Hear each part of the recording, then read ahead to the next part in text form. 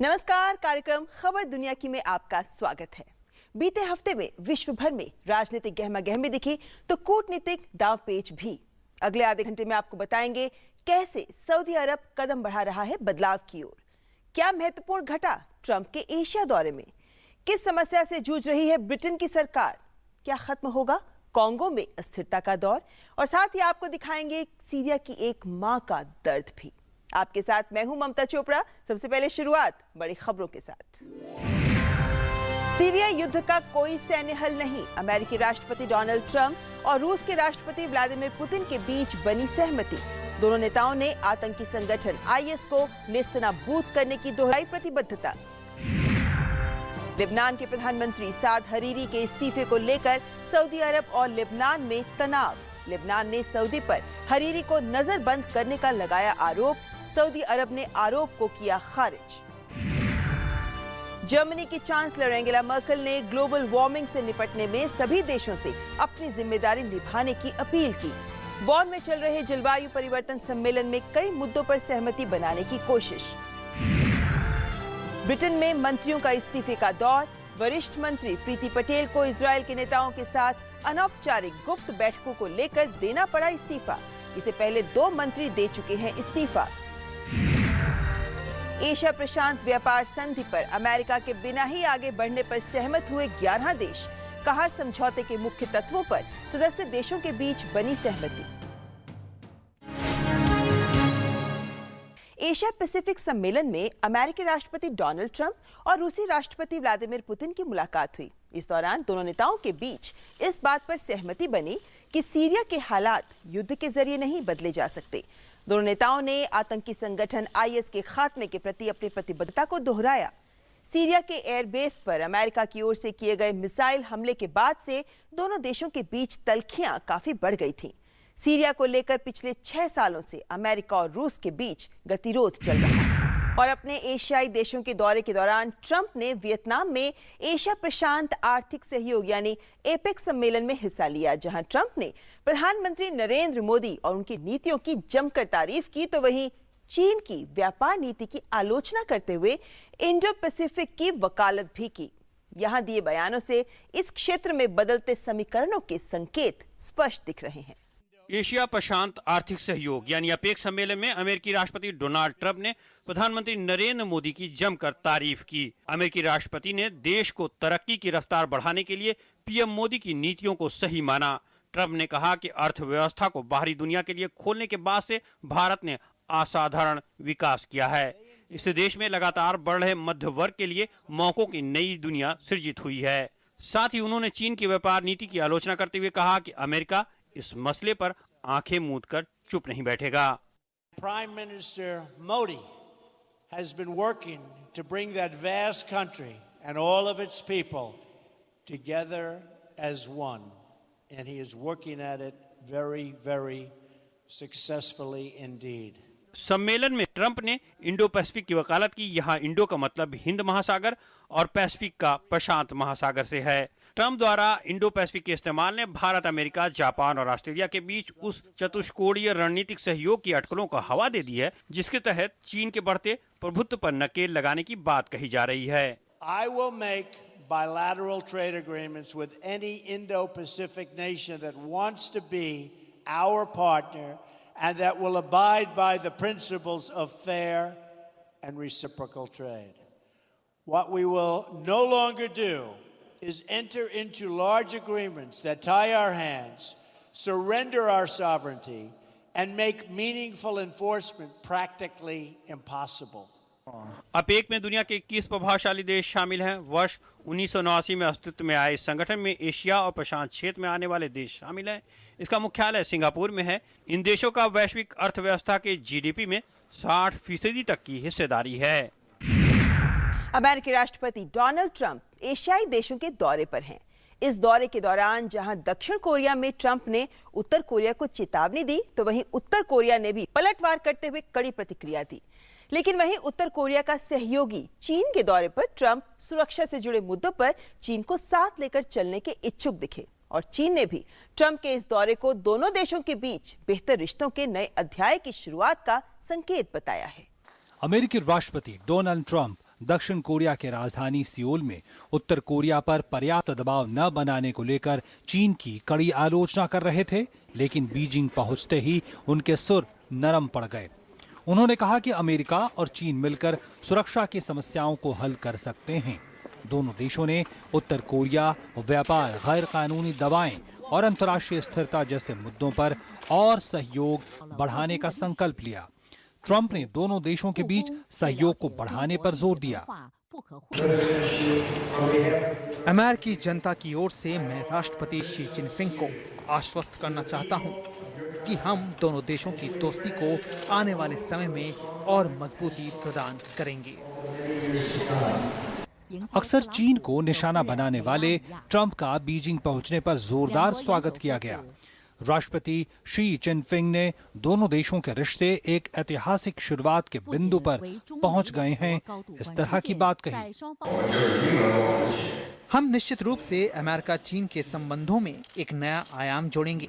दोनों देशों के संबंधों को भविष्य में और बेहतरीन करने का प्रयास जारी रहेगा। दक्षिण कोरिया की संसद को संबोधित करते हुए ट्रंप ने एक बार फिर उत्तर कोरिया को चेतावनी दी।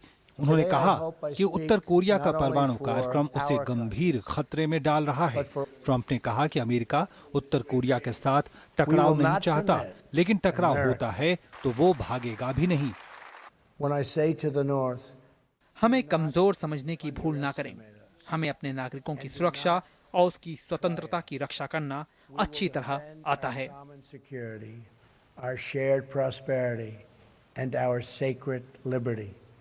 उधर उत्तर कोरिया ने ट्रंप के बयानों पर कड़ी प्रतिक्रिया के साथ कहा कि अमेरिका को उन्हें सत्ता से बाहर कर देना चाहिए। उत्तर कोरिया के सरकारी मीडिया ने ट्रंप को पागल बूढ़ा कहा है। हाल के महीनों में अमेरिका और उत्तर कोरिया के बीच तनाव लगातार बढ़ा है। अंतर्राष्ट्रीय प्रतिबंधों और निंदाओं के बावजूद उत्तर कोरिया की सरकार ने एक के बाद एक कई परमाणु और मिसाइल परीक्षण किए हैं। लेबनान इस वक्त राजनीतिक संकट की सी स्थिति में दिख रहा है और इसके लिए लेबनान सऊदी अरब को जिम्मेदार ठहरा रहा है। लेबनान के प्रधानमंत्री साद हरीरी ने जब सऊदी अरब से इस्तीफा दिया तो सभी हैरान हो गए। लेबनान ने सऊदी अरब पर हरीरी को नजरबंद करने का आरोप लगाया है। हालांकि हरीरी की पार्टी और सऊदी अरब ने भी आरोपों का खंडन किया है, लेकिन राजनीतिक संकट के इस दौर में लेबनान को सुन्नी सऊदी अरब और शिया ईरान के बीच लाकर खड़ा कर दिया है। सऊदी अरब ने अपने नागरिकों से लेबनान छोड़ने को कह दिया है, यानी आने वाले दिनों में तनाव बढ़ने की आशंका है। हमारे प्रधानमंत्री को वापस लौटा दो, ये गुहार है लेबनान की सऊदी अरब से, जहां से पिछले दिनों प्रधानमंत्री साद अल हरीरी ने अपने पद से ये कहते हुए इस्तीफा दे दिया था कि उनकी जान को खतरा है। दरअसल लेबनान को लगता है कि प्रधानमंत्री साद अल हरीरी को सऊदी अरब में गिरफ्तार कर लिया गया है। लेबनान ने हरीरी को रियाद में इस तरह से नजरबंद करना देश की संप्रभुता पर हमला बताया है। उधर हरीरी और उनकी पार्टी फ्यूचर मूवमेंट ने इस बात से इनकार किया है कि उन्हें रियाद में नजरबंद रखा गया है। हालांकि पार्टी ने उन्हें प्रधानमंत्री और राष्ट्रीय नेता बताते हुए कहा है कि लेबनान में व्यवस्था बनाए रखने के लिए उनकी वतन वापसी जरूरी है। पार्टी दिल और दिमाग से उनके नेतृत्व का समर्थन करती है और किसी भी परिस्थिति में उनके साथ खड़ी है। उधर सऊदी अरब ने इन आरोपों को खारिज कर दिया है। उल्टा वो लेबनान के अस्थिर हालात को देखते हुए अपने नागरिकों को वहां से फौरन निकलने के निर्देश जारी कर दिए हैं। हरीरी की नजरबंदी के आरोपों के बीच फ्रांस के राष्ट्रपति इमानुएल मैक्रो अचानक सऊदी अरब पहुंचे। हालांकि हरीरी तब तक दुबई जा चुके थे। फिलहाल फ्रांस ऐसे आरोपों पर ज्यादा तवज्जो नहीं दे रहा है। हमें लगता है कि वह पूरी तरह आजाद है, लेकिन सबसे महत्वपूर्ण उन्होंने खुद ये फैसला लिया है। हमारी चिंता लेबनान की स्थिरता को लेकर है। हरीरी ने 4 नवंबर को सऊदी अरब से ही टेलीविजन पर अपने इस्तीफे का ऐलान कर सबको चौंका दिया था। हरीरी ने कहा था कि हिजबुल्लाह ने लेबनान की राजनीतिक व्यवस्था को हाईजैक कर लिया है। देश में ठीक वैसा ही माहौल है जैसे उनके पिता रफीक हरीरी के प्रधानमंत्री रहने के समय में था। हालांकि लेबनान के संसद के अध्यक्ष नबीह बेरी ने प्रधानमंत्री साद अल हरीरी के इस्तीफे को असंवैधानिक बताते हुए कहा है कि कैबिनेट पहले ही की तरह अस्तित्व में है। हरीरी 2016 के आखिर में प्रधानमंत्री बने थे। उनके नेतृत्व में सरकार पड़ोसी देश सीरिया में जारी गृह युद्ध के प्रभाव से देश को बचाने में काफी हद तक सफल रही। लेबनान सुन्नी मुस्लिम हरीरी के नेतृत्व वाले सऊदी अरब के वफादार गुट और हिजबुल्लाह के नेतृत्व वाले ईरान के प्रति वफादार गुट में बटा है। हरीरी के इस्तीफे से देश में तनाव बढ़ने की आशंका है। सऊदी अरब में हाल ही में भ्रष्टाचार के खिलाफ जो कदम उठाए गए, उन्होंने पूरी सत्ता व्यवस्था को हिलाकर रख दिया है। पहली बार वो हुआ जो कभी नहीं हुआ। भ्रष्टाचार की गाज राजशाही परिवार के सदस्यों पर भी गिरी। 200 से ज्यादा शाही परिवार के सदस्य और मंत्री हिरासत में हैं। इस बात का आकलन अब जोरों पर है कि इस कार्यवाही के जरिए अतिवाद को खत्म कर इस्लाम की उदारवादी शिक्षाओं के जरिए सऊदी अरब में बदलाव की बात करने वाले क्राउन प्रिंस मोहम्मद बिन सलमान क्या हासिल करना चाहते हैं। सऊदी अरब ने भ्रष्टाचार के खिलाफ प्रभावशाली कदम उठाते हुए कई मंत्रियों और राजशाही परिवार के सदस्यों समेत कुल 201 लोगों को हिरासत में लिया है। सरकार की तरफ से पिछले कुछ दशकों में करीब 100 अरब डॉलर गबन और भ्रष्टाचार की भेंट चढ़ जाने का दावा किया जा रहा है। एक अनुमान के तहत करीब 1700 बैंक अकाउंट को फ्रीज कर दिया गया है। गिरफ्तार किए गए लोगों में किंग अब्दुल्ला के 2 बेटे प्रिंस मेतेब बिन अब्दुल्ला और प्रिंस तुर्की बिन अब्दुल्ला भी हैं। प्रिंस मेतेब को नेशनल गार्ड के प्रमुख के पद से हटाया गया है। शाही परिवार की सुरक्षा का जिम्मा नेशनल गार्ड के पास होता है। प्रिंस मेतेब को कभी सऊदी गद्दी का वारिस भी समझा जाता था। हालांकि हाल के वर्षों में उनकी तरफ से क्राउन प्रिंस को कोई चुनौती नहीं मिली थी। प्रिंस तुर्की कभी रियाद के गवर्नर हुआ करते थे। गिरफ्तार होने वालों में अरबपति प्रिंस अल-वलीद बिन तलाल भी शामिल है, जिनका शुमार दुनिया के सबसे अमीर लोगों में होता है। वो किंगडम होल्डिंग कंपनी के संस्थापक हैं। ट्रंप के राष्ट्रपति बनने से पहले वलीद ट्वीट पर उनसे भिड़ चुके हैं। भ्रष्टाचार के मामले में 11 राजकुमारों समेत 208 लोगों से पूछताछ की गई। 7 लोगों को बिना आरोपों के रिहा कर दिया गया। हिरासत में लिए गए लोगों को रियाद के रिट्ज कार्टन होटल में रखा गया है। राजकुमारों की गिरफ्तारी ने शाही खानदान की उस रिवायत को तोड़ दिया है जिसमें अब तक पारिवारिक असहमतियों को निजी ही रखा जाता था, ताकि सऊदी अरब के अलग अलग गुटों के सामने शाही परिवार एकजुट नजर आए। इन गिरफ्तारियों से यह संदेश भी गया है कि 32 साल के क्राउन प्रिंस मोहम्मद बिन सलमान को पिता किंग सलमान का पूरा समर्थन है। उन्होंने भ्रष्टाचार विरोधी जिन सुधारों को लागू कर शाही परिवार के वरिष्ठ सदस्यों और कारोबारी सहयोगियों को निशाना बनाया है, उन्हें लंबे समय तक कानून के ऊपर समझा जाता था। हालांकि आलोचक क्राउन प्रिंस मोहम्मद बिन सलमान के इस कदम को अपने विरोधियों और संभावित प्रतिद्वंदियों को ठिकाने लगाने के तौर पर देख रहे हैं। पाकिस्तान में इन दिनों राजनीतिक हलचल तेज है। पाकिस्तान के पूर्व राष्ट्रपति परवेज मुशर्रफ ने देश के 23 राजनीतिक दलों के साथ मिलकर महागठबंधन किया है और इसका नाम पाकिस्तान अवामी इत्तेहाद रखा गया है। इस महागठबंधन की कमान मुशर्रफ के हाथों में होगी, जबकि महासचिव इकबाल डार होंगे। मुशर्रफ ने दुबई से की एक वीडियो कॉन्फ्रेंसिंग के माध्यम से कहा कि मुहाजिरों का प्रतिनिधित्व करने वाली सभी पार्टियों को एकजुट हो जाना चाहिए। उन्होंने मुत्ताहिदा कौमी मूवमेंट MQM और पाक सरजमी पार्टी PSP को इस नए राजनीतिक गठबंधन से जुड़ने को कहा है। कार्यक्रम में फिलहाल यहाँ रुकेंगे एक ब्रेक के लिए। आप देखते रहें खबर दुनिया की।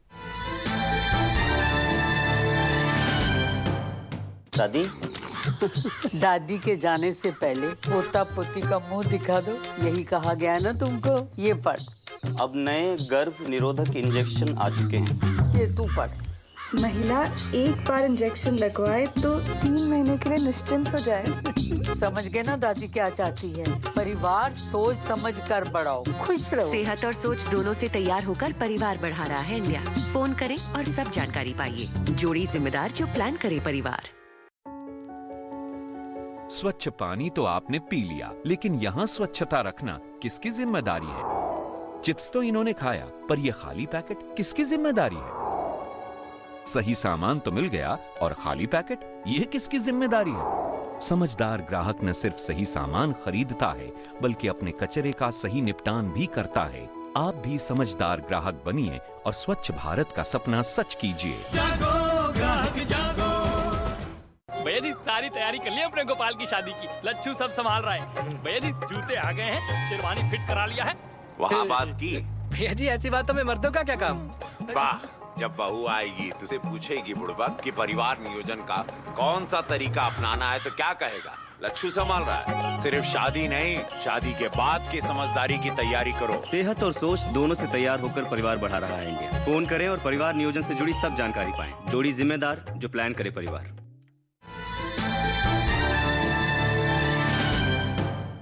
ब्रेक के बाद आपका स्वागत है। ब्रिटेन में टेरेसा मे की अल्पमत सरकार पर संकट के बादल छटने का नाम नहीं ले रहे। सत्ताधारी कंजर्वेटिव पार्टी के नेताओं के एक के बाद एक विवादों में फंसने का सिलसिला जारी है और इसी कड़ी में ताजा घटना भारतीय मूल की अंतर्राष्ट्रीय विकास मंत्री प्रीति पटेल से जुड़ी है। प्रीति ने अपने पद से इस्तीफा दे दिया है। दरअसल प्रीति ने इजराइल में छुट्टियों के दौरान उचित प्रक्रिया का पालन किए बगैर वहां के अधिकारियों से मुलाकात की, लेकिन मुलाकात की जानकारी उन्होंने ब्रिटिश सरकार या ब्रिटिश दूतावास को नहीं दी थी, जिसका खामियाजा उन्हें अपने पद से इस्तीफा देकर भुगतना पड़ा है। ब्रिटेन सरकार का राजनीतिक संकट खत्म होने का नाम नहीं ले रहा है। दबाव बढ़ा तो एक और मंत्री को पद छोड़ना पड़ा। अपनी इजराइल यात्रा से विवादों में फंसी भारतीय मूल की ब्रिटिश मंत्री प्रीति पटेल ने अपने पद से इस्तीफा दिया। 45 वर्षीय प्रीति ने इजराइल में छुट्टियों के दौरान उचित प्रक्रिया का पालन किए बगैर वहां के अधिकारियों से मुलाकात की थी, जिसके बाद अंतर्राष्ट्रीय विकास मंत्री के तौर पर उनके पद पर अनिश्चितता के बादल मंडराने लगे थे। इजराइल के प्रधानमंत्री बेंजामिन नेतन्याहू समेत अन्य अधिकारियों से दर्जनों गुप्त बैठकों को लेकर एक सप्ताह तक चले विवाद को लेकर उन्हें माफी मांगनी पड़ी और अफ्रीका दौरा बीच में ही छोड़कर स्वदेश लौटकर इस्तीफा देना पड़ा। इस दौरे और इजराइल में हुई मुलाकातों की जानकारी उन्होंने ब्रिटिश सरकार या इजराइल में मौजूद ब्रिटिश दूतावास को नहीं दी थी। पटेल सत्ताधारी कंजर्वेटिव पार्टी से हैं और उन्हें पार्टी में एक उभरते नेता के तौर पर देखा जाता है।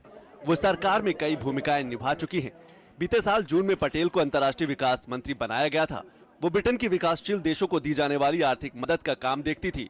यूरोपियन यूनियन की आलोचक प्रीति की कंजर्वेटिव सरकार में अहम भूमिका थी। हालांकि वह इजराइल की पुरानी समर्थक रही हैं। उन्होंने समलैंगिक शादियों के खिलाफ वोटिंग की थी और धूम्रपान पर प्रतिबंध के खिलाफ भी अभियान चलाया था। पटेल 2010 में सांसद चुनी गई थी। पटेल के इस्तीफे ने थेरेसा में सरकार की मुश्किलें बढ़ा दी हैं। इससे पहले रक्षा सचिव सर माइकल फॉलन को यौन उत्पीड़न के आरोप में पद छोड़ना पड़ा था। थेरेसा के एक और करीबी डेमियन ग्रीन पर भी इसी तरह के आरोप लगे हैं। उधर विदेश सचिव बोरिस जॉनसन को भी पद से हटाए जाने की मांग की जा रही है। दरअसल वो ईरान की जेल में बंद ब्रिटिश महिला की रिहाई कराने में असफल रहे हैं। थेरेसा मे की सरकार अल्पमत में है और जून में सदन का बहुमत हार जाने के बाद सामने आए एक के बाद एक कई विवादों ने सरकार को प्रभावित किया है। बॉन में जलवायु परिवर्तन पर चल रहे सम्मेलन के परिप्रेक्ष्य में जर्मनी की चांसलर एंगेला मर्केल ने कहा है कि ग्लोबल वार्मिंग को रोकने के लिए हर देश को अपनी जिम्मेदारी निभानी होगी। उन्होंने कहा कि इसके लिए तुरंत कदम उठाए जाने की जरूरत है। बॉन में 6 से 17 नवंबर तक चलने वाले इस सम्मेलन का नाम है क्लाइमेट चेंज कॉन्फ्रेंस COP23। इस सम्मेलन में 197 देशों से करीब 25,000 प्रतिनिधि हिस्सा ले रहे हैं। सम्मेलन में पेरिस संधि के लक्ष्यों को पूरा करने पर चर्चा हो रही है। पेरिस संधि का लक्ष्य है कि औद्योगिक क्रांति से पहले की तुलना में इस शताब्दी के अंत तक धरती का तापमान 2 डिग्री से ज्यादा नहीं बढ़ना चाहिए। वहीं कोशिश की जा रही है कि इसे 1.5 डिग्री तक नियंत्रित किया जा सके। हालांकि विकसित देशों का रवैया अपनी प्रतिबद्धताओं के प्रति संजीदा नहीं दिख रहा, जिससे पेरिस समझौते के लक्ष्यों की प्राप्ति के सामने चुनौतियां बढ़ गई हैं। फ्रांस के शहर टुलूज में कार चला रहे एक व्यक्ति ने 3 छात्रों को रौंद दिया। इनमें से 2 छात्रों की हालत गंभीर है। आरोपी व्यक्ति को तुरंत गिरफ्तार कर लिया गया। उसने इस घटना को जानबूझकर अंजाम दिया, लेकिन वो आतंकवादियों की ज्ञात सूची में शामिल नहीं है। मामले की जांच चल रही है। पुलिस मामले से जुड़े सभी पहलुओं पर विचार कर रही है।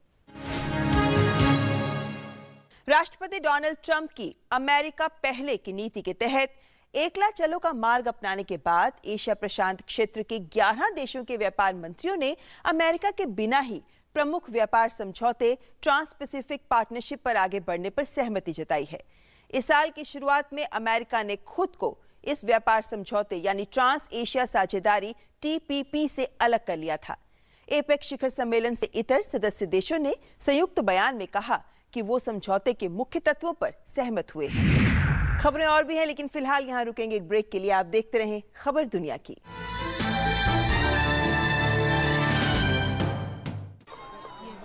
सही नहीं है।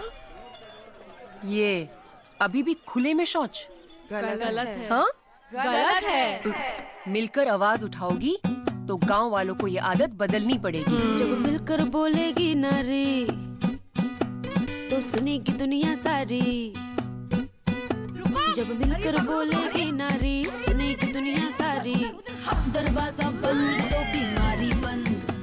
तुम अपना दिमाग लड़ाओगी, लोटे वालों को समझाओगी, शौचालय का रास्ता दिखाओगी। दरवाजा बंद तो बीमारी बंद। गांव खुले में शौच की आदत बदलेगा, फिर कोई नहीं बीमार पड़ेगा जब दरवाजा बंद तो बीमारी बंद। आप भी शौचालय का उपयोग कीजिए और भारत को स्वच्छ बनाइए मैडम। क्योंकि दरवाजा बंद तो बीमारी बंद। ये लीजिए भाई साहब। मैं शैम्पू भूल गई। शैम्पू? हाँ। एक मिनट मैडम। मैडम ये बड़ा वाला चलेगा? हाँ चलेगा। कितने का है? एक मिनट मैडम। मैडम जीएसटी लगाने के बाद 315 रुपए मात्र। एमआरपी के ऊपर जीएसटी कैसा? जीएसटी तो एमआरपी में पहले से ही शामिल है। ग्राहकों को बेवकूफ क्यों बना रहे हैं आप? हाँ एक मिनट मैडम। सॉरी मैडम, आप सही कह रहे हो। ध्यान दें, अगर आपका दुकानदार जीएसटी की दुहाई देकर एमआरपी से ज्यादा कीमत मांगता है तो ये कानूनन अपराध है। आप उसकी शिकायत अवश्य करें। GST, a good and simple tax. और भाई शुक्ला, तेरी टीबी के क्या हाल हैं? अरे भाई 2-4 हफ्ते का इलाज करवाया और टीबी की हो गई हजामत। ये लीजिए हुजूर, आपकी ये हजामत भी पूरी हो गई। ये क्या, आधी दाढ़ी? भाई कर क्या रहे हो? कमाल करते हैं आप। आधी दाढ़ी मंजूर नहीं, टीबी का आधा अधूरा इलाज मंजूर है आपको? हाँ? याद रखिए, टीबी का आधा अधूरा इलाज करवाइएगा तो टीबी आपको दोबारा हो सकता है। इसलिए टीबी से मुक्ति पाने के लिए टीबी का पूरा इलाज करवाइए, full course. India versus TB. TB हारेगा, देश जीतेगा।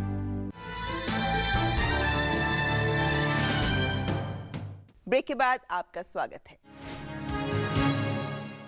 अफ्रीका के सबसे अस्थिर देशों में से एक कांगो यूं तो खनिज संपदा से माला माल है, लेकिन विडंबना ही है कि राजनीतिक अस्थिरता और जातीय हिंसा के चलते ये देश अफ्रीका के ही नहीं बल्कि विश्व के सबसे गरीब देशों में से एक माना जाता है। लेकिन उम्मीद है कि कांगो में ये अस्थिरता का दौर जल्द खत्म होगा, क्योंकि चुनाव आयोग ने आखिरकार 23 दिसंबर 2018 को राष्ट्रपति के चुनाव का ऐलान कर दिया है। लेकिन विपक्ष को यह स्वीकार्य नहीं है। विपक्ष की मांग है कि इस साल के अंत तक राष्ट्रपति जोसेफ कबीला को यह पद छोड़ देना चाहिए।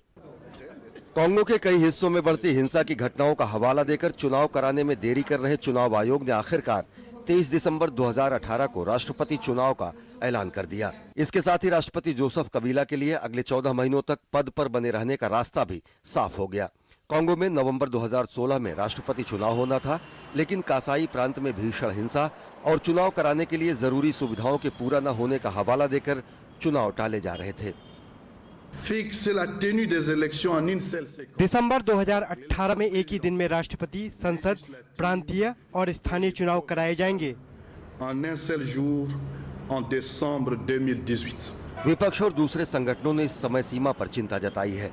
विपक्ष ने कहा है कि किसी भी कीमत पर चुनाव की ताज़ा तय समय सीमा मंजूर नहीं है। साथ ही कबीला से साल के अंत तक पद छोड़ देने की मांग की गई है। हम जनता से आह्वान करते हैं कि सभी लोग वैध तरीके से जोसेफ कबीला को सत्ता से उखाड़ फेंकें। कांगो ने चुनाव कराने का फैसला संयुक्त राष्ट्र में अमेरिकी राजदूत निक्की हेली के दौरे के बाद किया। उन्होंने चुनाव आयोग के अध्यक्ष से मिलकर 2018 तक चुनाव कराने की बात कही थी। इससे पहले चुनाव आयोग ने कहा था कि राष्ट्रपति का चुनाव अप्रैल 2019 से पहले नहीं कराया जा सकता। इसे लेकर देश में काफी रोष था। कबीला ने अपने पिता की हत्या के बाद 2001 में कुर्सी संभाली थी। 2006 और 2011 में वे फिर राष्ट्रपति चुने गए। संविधान के तहत कबीला तीसरी बार राष्ट्रपति का चुनाव नहीं लड़ सकते, लेकिन संविधान में संशोधन कर वे आगे भी चुनाव लड़ना चाहते हैं और इसी को लेकर विपक्ष और कबीला आमने सामने है। देश के कई राज्यों में हिंसा का दौर जारी है। खनिज संपदा से मालामाल कांगो अफ्रीका के सबसे अस्थिर देशों में से एक माना जाता है। कम्बिना नसापू जनजाति और सुरक्षा बलों के बीच पिछले साल हुई हिंसक झड़पों के बाद से अब तक 14 लाख से ज्यादा लोग घर छोड़ने के लिए मजबूर हुए हैं। सीरिया में बरसों से चल रहे युद्ध की खबर अब अंतर्राष्ट्रीय जगत में सुर्खियां नहीं बनती, लेकिन इस युद्ध की वजह से जो मानवीय आपदा की स्थिति वहां के लोग हर रोज झेल रहे हैं, उनसे कैसे मुंह मोड़ा जा सकता है।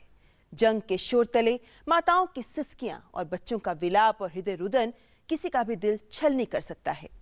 इन हालात में गौता शहर में एक मां अपनी जंग लड़ रही है, अपने जुड़वा बच्चों को बचाने की जंग।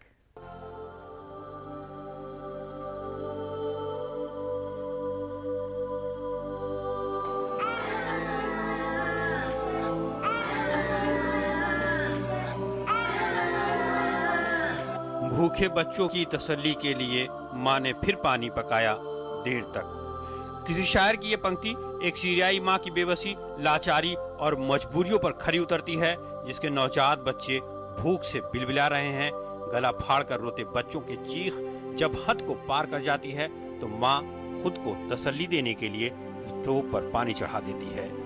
विद्रोहियों को घुटने टेक देने पर मजबूर कर देने के लिए दमिश्क के पूर्वी हिस्से पर नाकेबंदी है। सहायता दल इन इलाकों में पहुंच नहीं पा रहे हैं। लोग दाने दाने को मोहताज हैं। सब कुछ जंग के जुनूनियों के भेंट चढ़ गया है। मलबे में तब्दील हो चुके गौता शहर की 5 महीने की जुड़वा बच्चों की माँ आस भरी नजरों से पत्रकारों की तरफ देखती है कि डॉक्टर ने बच्चों को खाने के लिए कोई सुझाव तो नहीं दिया है, क्योंकि वो भीख मांगकर ब्रेड के चंद टुकड़े ले आई है। चाहती है कि जिगर के टुकड़ों को क्यों ना इसे ही खिला दिया जाए, लेकिन अफसोस कि वो खा नहीं सकते। मेरे पास दूध नहीं है, बच्चे ब्रेड खा नहीं सकते हैं, इसे भीख मांगकर इनके लिए लाई हूँ। इनके लिए कूड़ेदान और किचन में कोई फर्क नहीं बचा है। लोग कूड़ेदान में पड़ी चीजें निकालकर खाने पर मजबूर हैं। हालात ऐसे ही रहे तो उम्मे सईद जैसे हजारों लोग भूख से तड़प तड़प कर मर जाएंगे। पेट में जब कुछ जाता ही नहीं तो दूध कहाँ से बने।